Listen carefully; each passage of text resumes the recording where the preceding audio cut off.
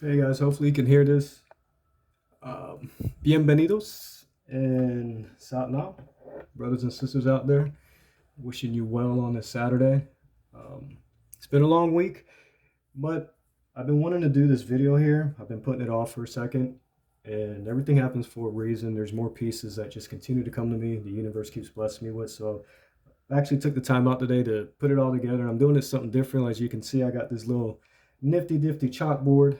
Um, Absolutely, that we're gonna test this out, but getting right into it, I want to keep these videos short and concise. That's something else that I'm working on is my timing, because I can kind of ramble and keep talking. And I want you guys to understand. And I want you guys to watch this video so you can get some truth, some understanding, some enlightenment. Hopefully, you can take this and figure out some more truth for yourself and for humanity. Let's help each other out here. So getting right into the video, as you can see by the title, what is the new Babylon? Right? What is the new Babylon? What is the modern day Babylon that was spoke about historically in the Bible? So to understand, and the answer that I'm going to give you to the new Babylon, that where it's located physically, we gotta set the premise. We gotta take you back, and we have to understand what the old Babylon is, right? But before we even do that, we got to go back to the very beginning. You guys got to understand that. I don't know if you guys know what that is, but that's a sine wave, right? This is the path of the sun on the ecliptic. Has a beginning, has a growth, comes down, has a death, and it starts all over again. That's what the sun is doing on a yearly, monthly, weekly, and even daily cycle. And within this one wave, there's 12 sections to it. So in each wave, there's a 12ness that it must go through. Everything goes through this. Every wave that we see physically happening now has a 12ness to it. And it's just like the great Walter Russell said, in the wave is the key to the universe. So now that we understand that nothing is new underneath the sun, I wanted to kind of set that. We're living in what's called the age of Aquarius, and every horoscope has its time of 2000. Some say a little bit more, both correct. But some people still argue to this day that we still are not in the age of Aquarius. Maybe we're in the cusp, maybe we're entering it. But we have a lot of Aquarian energy. And over the next 2,000 years, things that were done in the age of Pisces, you're going to see it reemerge exactly the same, but maybe in a different form, in a different archetype, different name, different physical reality. So understanding that, the Babylon that was spoke of in the Bible, right? I think everybody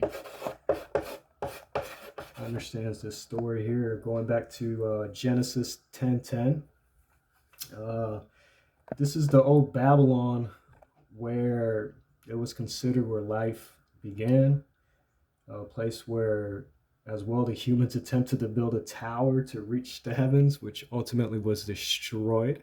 Okay, we all know that. God brought it crumbling down, scattering the people with different tongues and confusion, right? So that's what the old Babylon is. So let's break down what Babylon really means. Now I'm going to show you in this video through simple etymology, history, astrotheology or astronomy,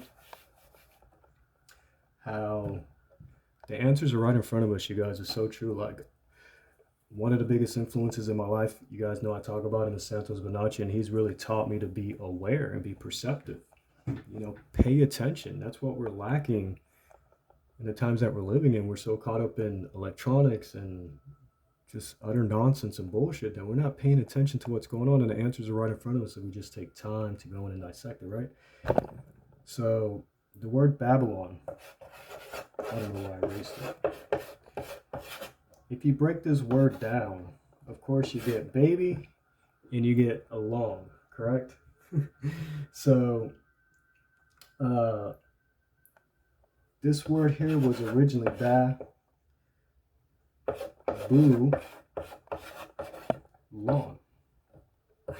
The word Babylon comes from the word Babylon. Okay, and if anybody knows about electromagnetic fields and how things work, you understand the word bull. It's a blue shift word. There's only three things that are being spoken about: um, dielectricity, magnetism, and electricity ratio blue shift. Right? There's only three words that everything goes back to. All right, which is the Tor, the bull, and everything goes back to those two words. So even in Babylon, you see the word? That's talking about a blue shift energy. That's all it's talking about, a wave, right? So understanding what Babylon really is, and if you really want to understand more about what I'm talking about when it comes to the dynamics of electromagnetism, I know I talk about this shit, but brother, you got to watch. His name is he's Ken Wheeler. This guy's a genius. I consider him a genius. He's a modern day Tesla. YouTube him, Ken Wheeler. This guy would definitely break down anything that has to come with gravity, which doesn't exist. He breaks down our electromagnetic field. He talks about the torus, the hyperbola. I mean, this guy is amazing. He really explains in a simplistic way how nature truly works, right? So definitely go check out Ken Wheeler. But getting back to this, Babylon, or Babylon, this word here, was an ancient city that existed outside the Euphrates River, right? So it was an actual place depicted in history, depicted in our Bible. I guess it has some type of historical significance when it comes to location. And let's break that word down even more. So from Babylon, that word actually comes from the word Bebel. Bebel. My writing is not very good, okay? And what does Bebel mean? Bebel literally means confusion of sounds and words, right? So there you're already starting to see some syncretism. The Tower of Babel that was destroyed and many tongues were scattered. The actual origin is Bebel, which literally is a confusion of sounds and words. Hence, why we have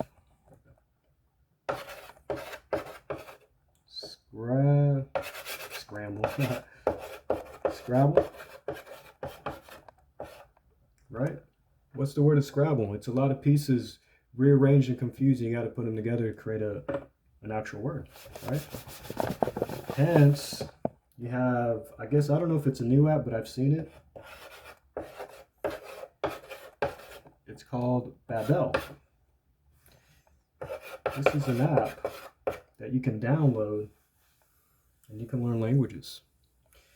So you see how everything has a significance and nothing is new underneath the sun. Everything has an origin. You just have to look and find it, right?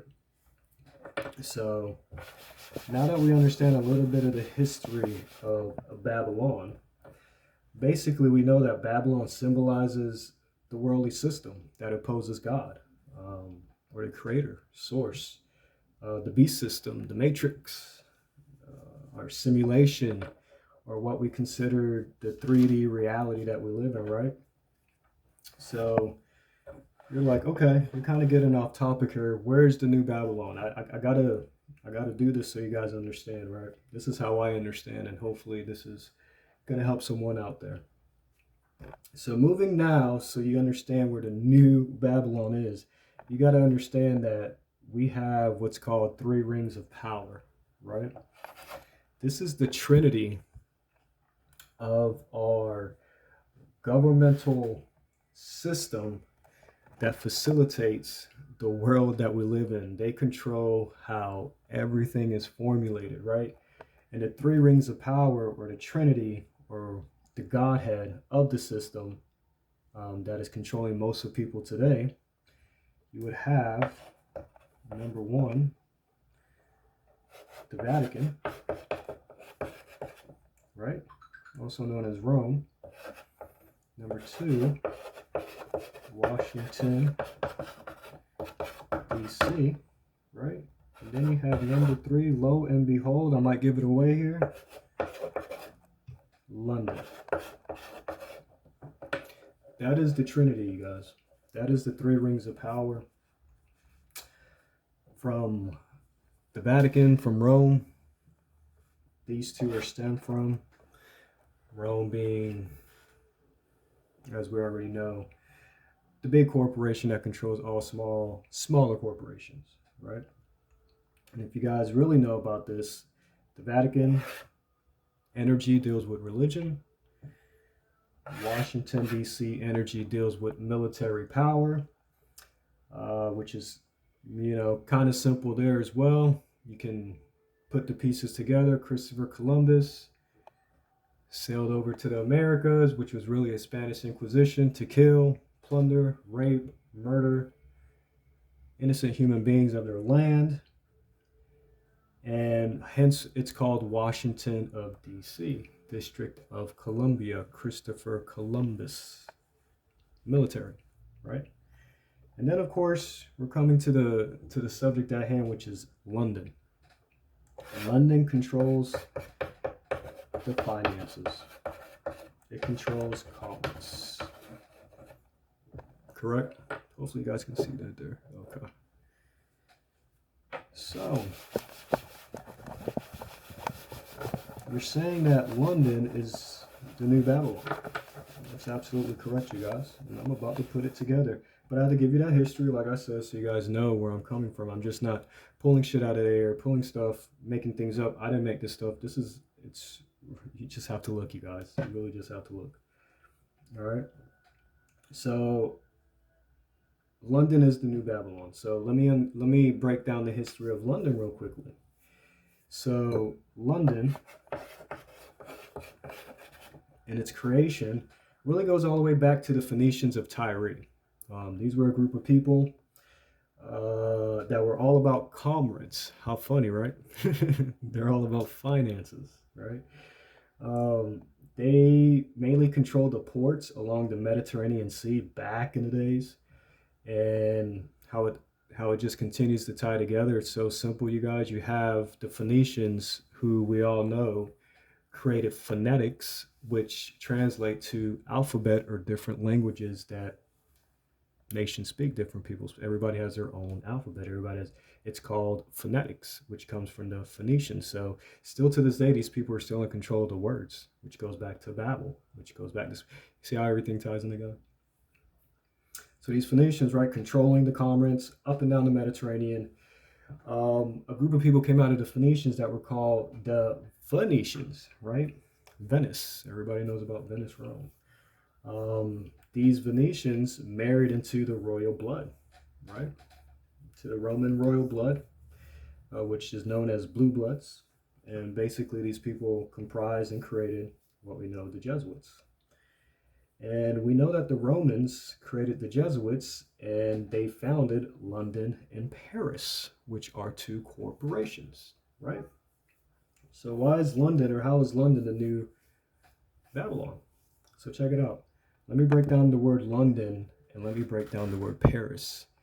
Now, when it comes to astrology, you guys, you have to understand everything goes back to speaking of the planetary positionings, the planetary intelligences.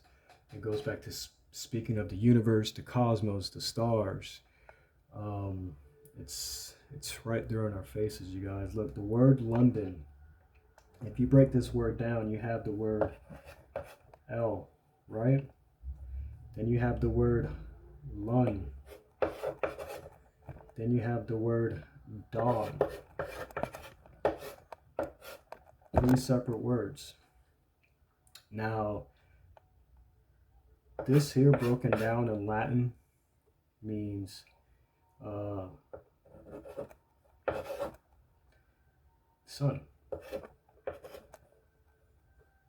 This here broken down is, let me take that back. Let me take that back. This is the sun. This is the city. So it's speaking of El. Anytime you use the word El, like even in Spanish, you're referring to something. So this is the city. Let's see if I can rewrite this here. The city of the sun. That's what London really means when you break it down, when it comes to its etymology. But what sun are we speaking of? We're not speaking of the sun of religious texts, not Jesus Christ who came down in the form of flesh, right, to save man. We're speaking of the sun, the bright sun that we see every morning that comes out and gives life. And we're speaking of a specific archetype of that sun, which is Saturn, right? You got to understand, these people here, the Roman Inquisition, Jesuits, murderers, they practice the darker side of Saturn, which is Satonian, which is destruction. So that's the sun that we're referring to, that Babylonian energy, right? That energy that goes against the will of God or the word of God, right? So now that we understand the breakdown of London and how I keep telling you that everything has to do with the moons and the stars, and you're like, no, that can't be, you're full of shit. Check this out. So of course they created London and they created Paris. What is Paris? If you were to break down Paris, you have the word par and is. So if London was talking of the sun, this is talking of the moon. Everybody knows when they do their etymology that Isis is another word for the moon. And in par, and in Spanish, and in different languages, Italian, para, means for. Very simple. So Paris was named after the moon, for the moon. So that's something I wanted you guys to realize, because people don't understand.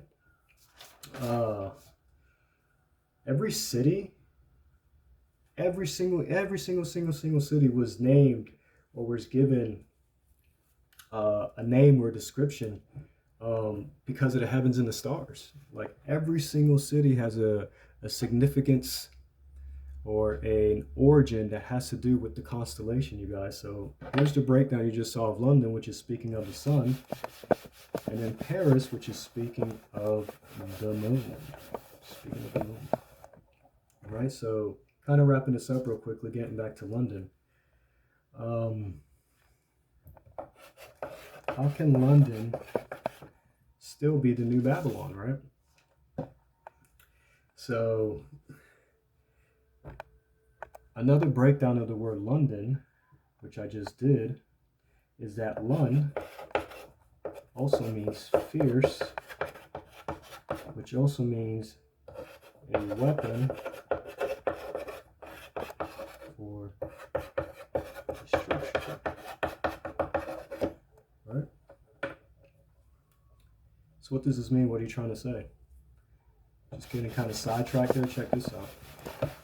Here's one of the most prominent figures or images that we have of this world that so blindedly people follow, right? Elon Musk.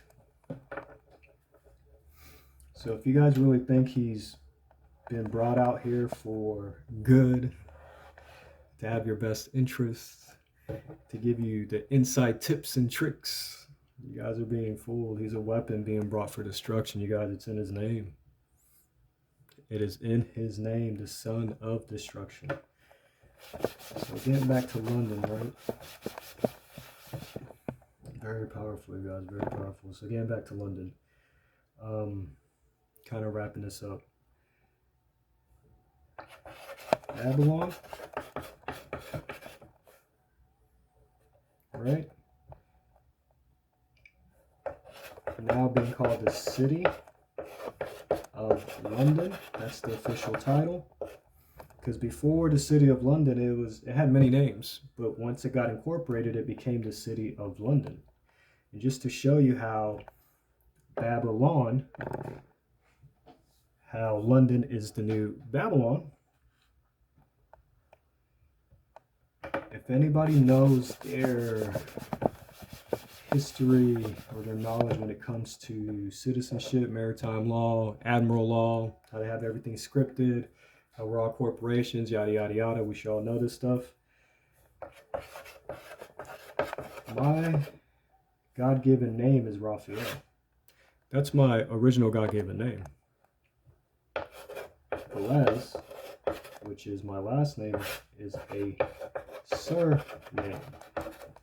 It is a baby name of its original, right? My original name is Raphael, and my surname, my baby name, is Velez, right? Passed down through generations to my peoples, right? This is where people don't understand where they get you with the being incorporated, right? This is how you incorporate it through your surname, right? So if that's the case, which is true, there's irrefutable facts there. You have city of, whoops, trying to hurry up here, city of London. London being the original name, city being the baby surname, right? So you have the city of London. This is the surname, baby name. Then you have London, which is its true name, right? You guys see that? Now check this out. I'm gonna bring it all. I'm gonna bring it all home right here. Bring it all. You have baby London, Babylon, baby London. Then it's right there in the words, you guys. This would be city of London. And there you have it. Our modern day Babylon is London. It's really that simple. There's no way around it. And like I said, you guys, when you do these studies for yourself, when you take the time out to research, read books, watch videos, learn from people who are really out here trying to give pure truth and remembrance to who we really are from the history that's being hidden from us from these Roman Catholic Jesuits, you'll start to see that in the word itself, the meaning is in the word. You just have to do a little research and a little investigation. So, I just want to thank you guys for watching this video. Hopefully it wasn't too long where you guys are able to watch it. Like I said, I wanted to try something different with this handy dandy little chalkboard. Hopefully it served its purpose, you guys. But you guys know me. I love to research. I love to put shit together. And it's just interesting how it's so funny that the saying always goes that there's nothing new underneath the sun. So if you really want to find out about something in its origin, just do a little research, do a little etymology, do a little history background, understand your astrology, understand your science, understand your religion. You gotta understand all aspects to really get a true meaning of what's historical fact or what is true for you guys. So hopefully you guys enjoyed this. If you have any questions, of course, comment and let me know. But hopefully I gave you some insight and understanding of how the ancient city of Babylon is not really so ancient. That energy is reincarnated today in the city that we call London. So love you guys. Now, see you on the next video.